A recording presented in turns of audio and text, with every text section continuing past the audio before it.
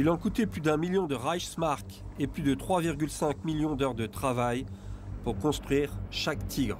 Le niveau de qualité était tel que le processus de fabrication ne pouvait être ni accéléré ni simplifié. Soudure, joints, roues, anneaux de tourelle et toutes les pièces principales demandaient des compétences et de l'expérience pour être sûr qu'elles seraient assemblées correctement. Cette rigueur et cette précision ont contribué à la réputation du Tigre à faire face aux conditions extrêmes, mais ont également compliqué la maintenance de celui-ci au combat.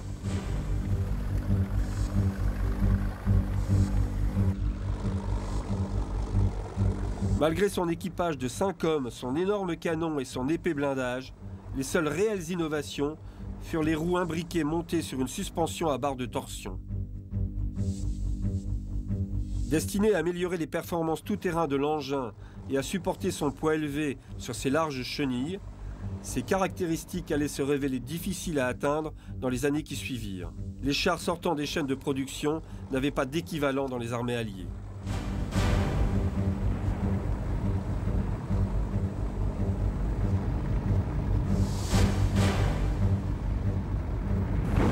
Son armement principal était le même que le canon anti-aérien de 88 mm.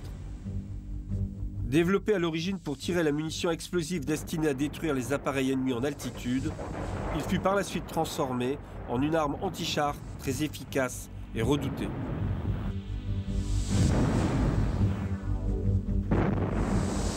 Le recul considérable de cette pièce fut maîtrisé par une excellente conception et fabrication de l'engin, ce qui avait donné du fil à retordre aux ingénieurs alliés par le passé.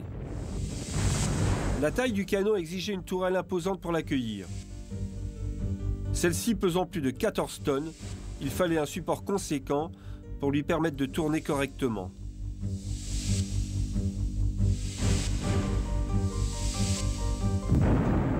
La très haute vitesse initiale de cette munition, plus de 800 mètres par seconde, lui donnait une énergie cinétique incroyable et une trajectoire très rapide, facilitant la visée et le tir. Les projectiles de ce calibre étaient capables de percer le blindage de la plupart des engins de cette époque, qui étaient en général de 5 à 7 cm d'épaisseur, à des distances de 2700 mètres.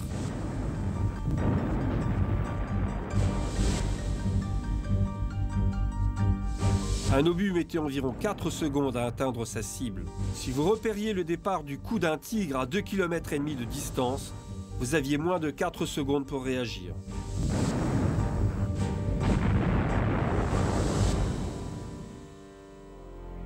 La pénétration de la caisse d'un engin allié par un obus de 88 mm avait des effets catastrophiques.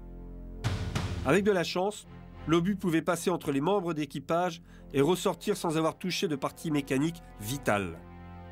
Sinon, le projectile de 7 kg chauffé au rouge et lancé à une vitesse supersonique ricochait à l'intérieur de la cabine, tuant ses occupants et faisant exploser les munitions.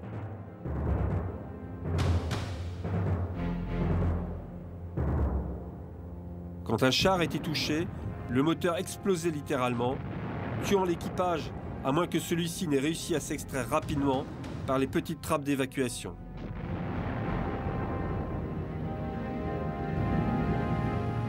Le canon de 75 mm monté sur le Sherman était adapté à la plupart des engins blindés qu'il devait affronter. Mais il fallait qu'il s'approche à moins de 750 mètres pour espérer percer la partie la plus fine du blindage arrière ou des flancs du Tigre. Les 15 cm du blindage frontal du Tigre nécessitaient quasiment un tir à bout portant des canons de 75 mm alliés.